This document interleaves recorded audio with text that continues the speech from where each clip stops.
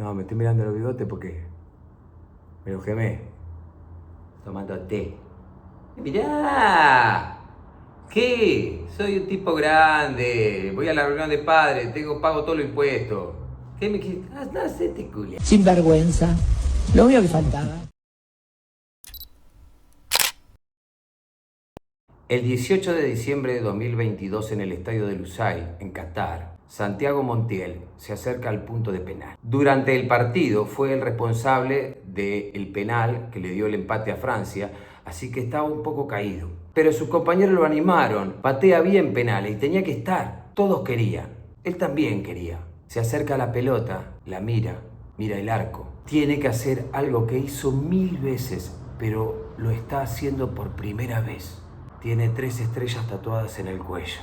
Patea.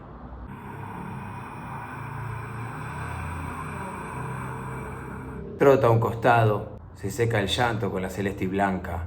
Acaba de hacer algo. Para siempre.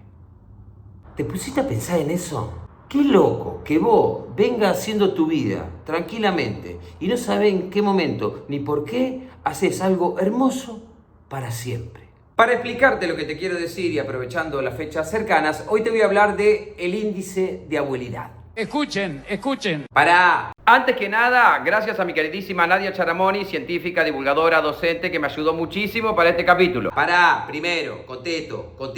El 24 de marzo de 1976, un golpe de Estado comenzó la última dictadura de la Argentina, la más sanguinaria de todas. Le pusieron un nombre muy pintoresco: Proceso de Reorganización Nacional. ¿Ves por qué hay que leer historia? ¿Por qué se llama así? En referencia al proceso de organización nacional que llevó adelante Julio Argentino Roca, el de la conquista del desierto, ¿te acordás? Bueno, más o menos como para que te des cuenta la línea editorial. El discurso era uno que ya conocemos todos. Esto así no se puede más, esto está invivible y encima tenemos la inminente llegada del comunismo que nos va a comer crudo a todo. Para 1975, el operativo Independencia en Tucumán ya había desarticulado casi por completo toda la lucha armada de la izquierda. O sea que para el 76 no había tanto frente contra el que pelear. Pero había que sostener esta situación de inminente alerta roja constante por una crisis fatal que está por venir, porque era necesario implementar un plan que, con instituciones democráticas y las leyes corriendo como corresponden, era imposible de implementar. Un cambio general en la matriz económica, social y política de la Argentina, que en democracia, imagínate que ya con lo que grita la gente en la calle ya no se puede hacer, o no se podía en aquel momento, yo qué sé.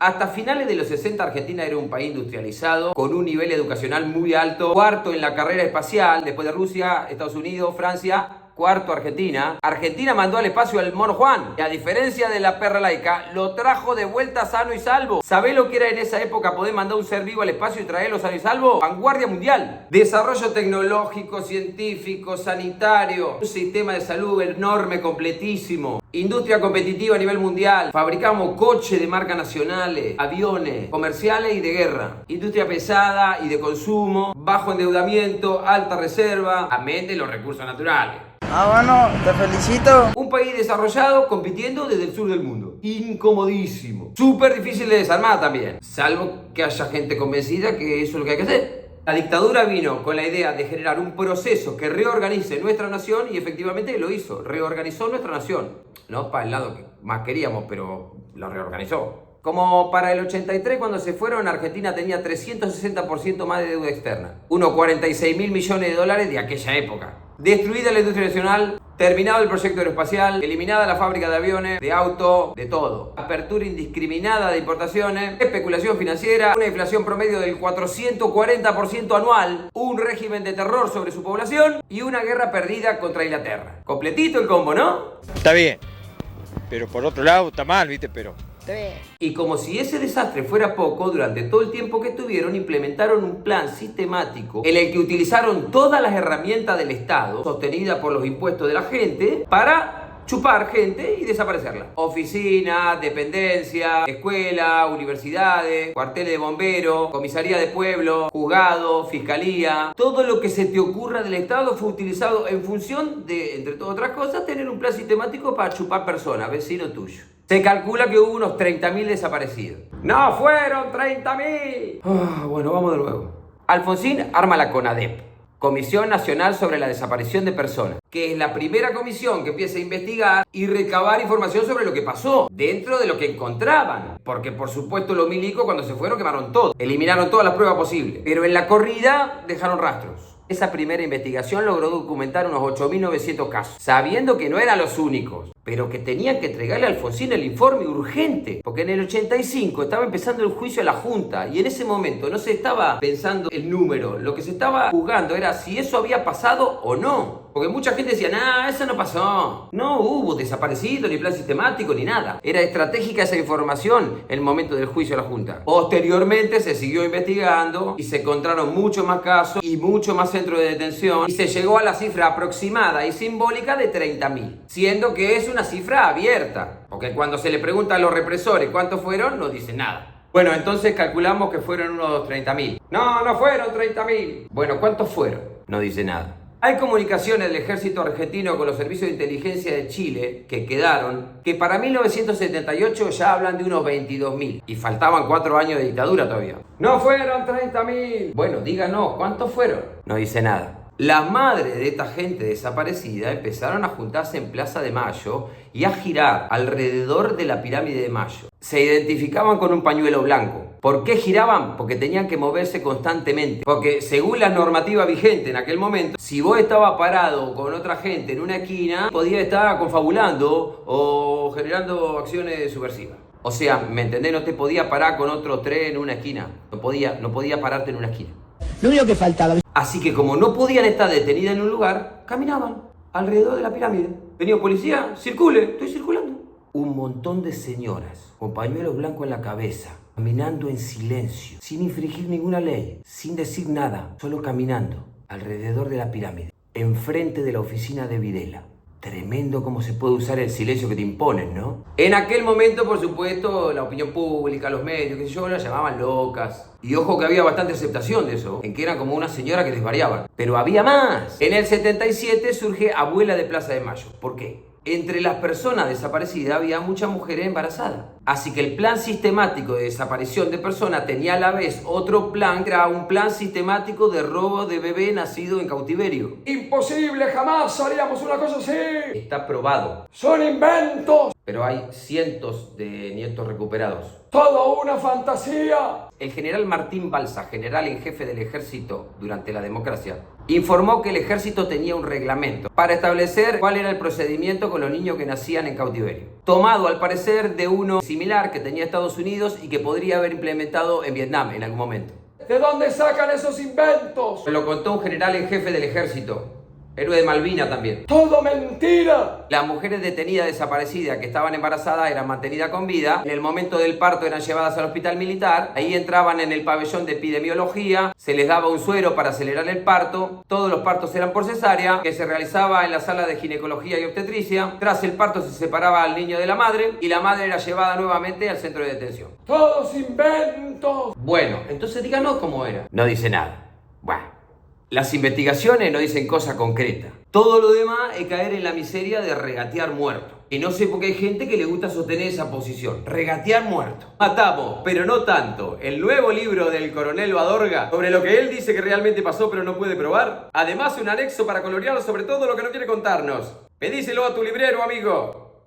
O a un taxista también, de Capital. Y ahí comienzan las abuelas un trabajo de hormiguita centímetro a centímetro, oficina por oficina, buscando información de sus nietos, que ella sabía que estaban ahí, viviendo con otro nombre, otra vida, sin saber que les habían robado su verdadera identidad. Las primeras búsquedas fueron detectivescas. Ir encontrando información, datos, llegar a una persona que conoce a otra persona, que encontró una información en otro lado, en un expediente. Y una vez que llega, ¿cómo te acercás? Porque además muchos de esos jóvenes habían sido criados por los mismos milicos estos. Habían sido criados en esa mentalidad también, o sea, las odiaban. Pero, viste cómo son las abuelas. Con tu vieja, con tu viejo te podés cagar puteada, pero con tu abuela te sentás a charlar de otra manera.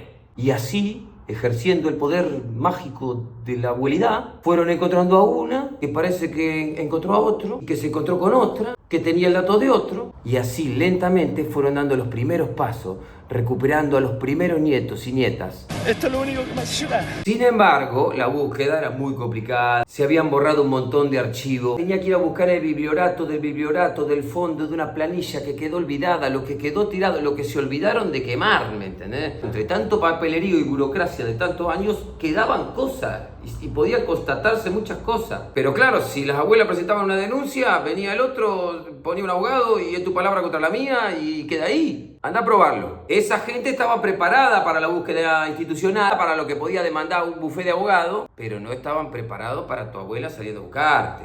Por cielo y tierra, a como dé lugar. Y ahí es donde aparece otro actor más en la escena. La ciencia. Los avances en genética habían empezado a ser mayores, sin embargo todavía no era lo suficiente. Si vos tenías la referencia genética de un padre o de una madre, podías saber perfectamente si era su hijo o su hija. Pero si faltaban los padres, ¿cómo hacés? Y a las abuelas se le ocurre, porque viste cómo son las viejas, se ponen a tomar mate ahí con edulcorante adentro del termo y se ponen y te arman unos planes que andás a ver. Y se les ocurre a las viejas, che. Escuchen. ¿Es posible llegar a encontrar la compatibilidad genética saltando un eslabón? Si faltan los padres, ¿podés constatar la compatibilidad genética por los abuelos o las abuelas? Y ahí se contactan con Víctor Pechazade, médico, genetista, un héroe, un capo, un favaloro de la genética, ¿me entendés? Vos decís, ya no hay próceres como antes. Héctor Pechazade es uno de esos, que inmediatamente se pone a trabajar en esto y contacta a una colega norteamericana que se llama Mary Claire King. La mina estaba ya estudiando una cosa que se llama ADN mitocondrial. ¿Te acordás de la mitocondria? Dale, boludo, lo estudiaste, la mitocondria, la célula. ¡Ah, boludo! ¡Media pila! La mitocondria como el cuartel general de la célula, el paquete de info que tiene la célula adentro. Todos tenemos ADN mitocondrial, el que viene de ahí, de la mitocondria de la célula, del adentro del adentro. Ese ADN mitocondrial lo tenemos por nuestra madre siempre. Y el 99,99% igual al de nuestra madre. En este caso no tenían a la madre, pero tenían el ADN mitocondrial de la abuela, que es 99,99% igual al de la madre. Y por ende, al del nieto. ¡Buenardo! Yo sé que todo esto está explicado de forma muy poco científica, pero ¿vos te das cuenta de la magnitud de lo que significa eso? No solo se puede encontrar a los nietos a raíz de las abuelas, sino que además la muestra genética de los nietos recuperados sirve después para reconocer a veces a sus propios padres que estaban en una fosa común, que desenterraron en un lugar. Y con toda esta muestra genética que están todas en el Banco Nacional de Datos Genéticos, han podido esclarecer un montón de partes oscuras de nuestra historia. Hasta el momento las abuelas ya recuperaron 140 nietos y quedan como más de 300 por recuperar. Si naciste entre el 75 y el 83 y tenés dudas sobre tu identidad o conoces a alguien que tenga dudas sobre su identidad, podés contactarte con ellas. Ya todo eso es un montón. Pero ¿querés más? Hay más. Generaron algo que terminó siendo un tremendo, un extraordinario avance en la ciencia genética mundial. Esto no ayuda solamente a encontrar nietos, ayuda a la medicina, a los medicamentos, a descubrir cómo funcionan algunas enfermedades, un montón de cosas más. A la científica norteamericana Mary Claire King le dieron el premio Princesa de Asturias en el 2025 por su labor y sus aportes en esta materia y en muchas otras materias más. Toma pavo. Ahí tenés. ¿Hasta dónde puede llegar una abuela buscando al nieto? Señoras grandes, ¿me entendés? Sin respaldo de la prensa, sin actitudes violentas, sin señalamientos, sin polémica, sin gritarle a nadie, sin prisa, sin pausa. Hicieron que el mundo, por lo menos desde su lugar, y haciendo lo que hacen, sea cada día un poquito mejor. Anda a saber si ellas se imaginaban que iban a hacer todo eso. Pero viste cómo es la vida. Uno nunca sabe cuando te puede pasar como el penal de Montiel, como las abuelas. De repente haces algo, sos algo, para siempre. Te la dejo. Vos fijate, masticalo. Te mando un beso grande. Cualquier cosita me mandás un telefonema. Que te garúe finito. Se vemos la próxima.